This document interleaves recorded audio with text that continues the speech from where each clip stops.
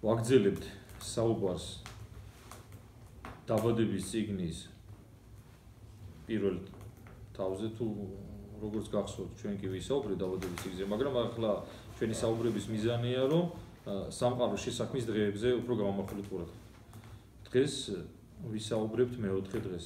მეოთხე დღეს საუბარი დაბადების წიგნში იწყება მე-14 მუხლიდან. და თქვა ღმერთმა იყოს მნათობები ცის მყარზე დღისა და ღამის გასაყრელად, დროჟამის აღნიშნელად, დღეებისა და წელიწადებისა იყვნენ მნათობება ცის მყარზე რომ გაანათონ მიწა და იქმნა ასე, გააჩინა ღმერთმა ორი მნათობნი, მთავარი მნათობნი, დიდნი მნათობნი დღის განგებელად და მცირე მნათობი ღამის განგებელად და ვარსკვლავები დასხნა იგინი ისინი ღმერთმა ცის მყარზე რომ გაენათებინათ მიწა, განეგო დღე და ღამე, გაეყარათ ნათელი და ბნელი.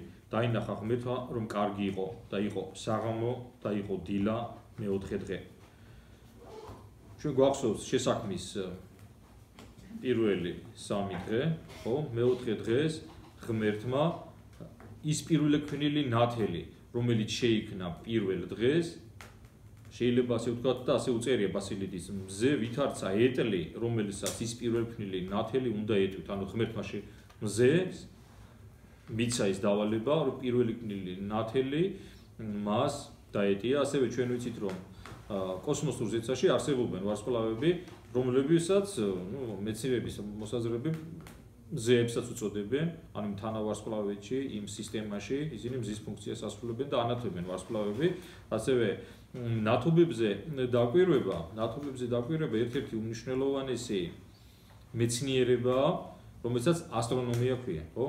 ჩვენ ვიცით, რომ ასტრონომია არის მეცნიერება, რომელიც სწავლობს ვარსკვლავების მოძრაობას, სწავლობს ვარსკვლავებს, სხვა პლანეტებს, რაც ძალიან საჭირო და აუცილებელი რამაა, მაგრამ ისევე როგორც ნებისმიერ თემაში ეშმაკიც ცდილობს, რომ ეს ადამიანისთვის საჭირო მეცნიერება სათავისად გამოიყენოს და ჩვენ ვიცით, რომ საქართველოში და ძალიან პოპულარულია ასტროლოგია, მოძღვრება იმის შესახებ, რომ ადამიანების ბედს განაგებენ ვარსკვლავებით, ხო?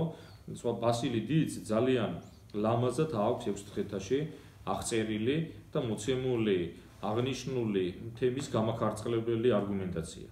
ვიცოდეთ, რომ მზე, მთვარე, ვარსკვლავები მოქმედებენ კლიმატზე და მათი ცოდნა, ანუ ვარსკვლავების და მთვარის მოძრაობა ძალიან საჭიროა და ჩვენი წინაპრები იცოდნენ თუ როდის უნდა დაეტესათ, როდის უნდა მოიხნათ, როდის უნდა აიღოთ მოსავალი, მაგრამ ჩვენმა წინაპრებმა ასევე იცოდნენ, რომ სამყაროს გამგებელი და ჩვენი ბედის გამგებელი არის ღმერთი, ხო? აქვე ჩვენ წავიკითხეთ, რომ ღმერთმა მზე, მთვარე და ვარსკვლავები დაადგენა დროისაზომად. ანუ კალენდარული სისტემები, რომელიც სოფლიოში ძალიან ბევრია, არის სხვადასხვა ორიენტირზე დამყარებული. ეს არის ზოგი მზის კალენდარით ხელმძღვანელი, ზოგი მთვარის, ზოგი მზისა და მთვარის, ზოგი უძრავი ვარსკვლავის, მაგალითად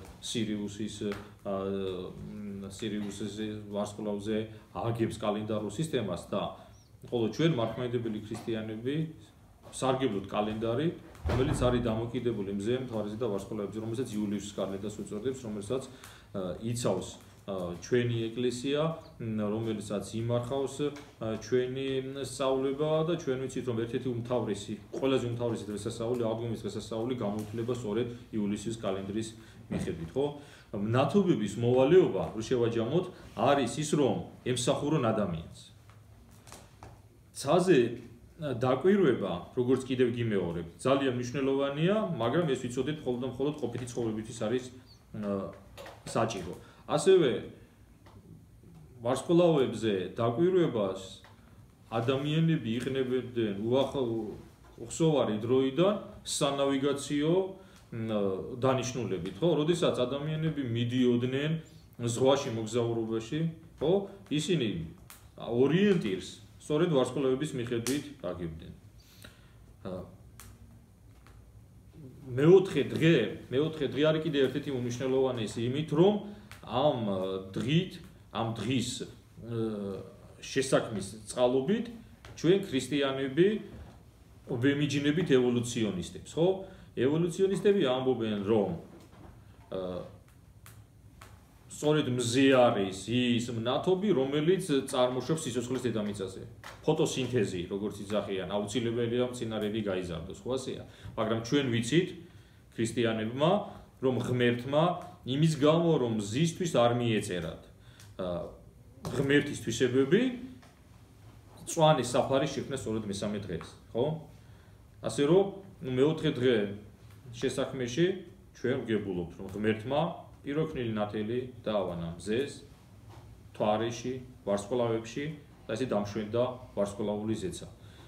ღმერთმა დაგლოცოთ, გაგაძლიეროთ, თუ ღმერთი მოგცეს ძალას, მომავალ პირას მეხუთე დღის შესაქმეზე ვისაუბროთ.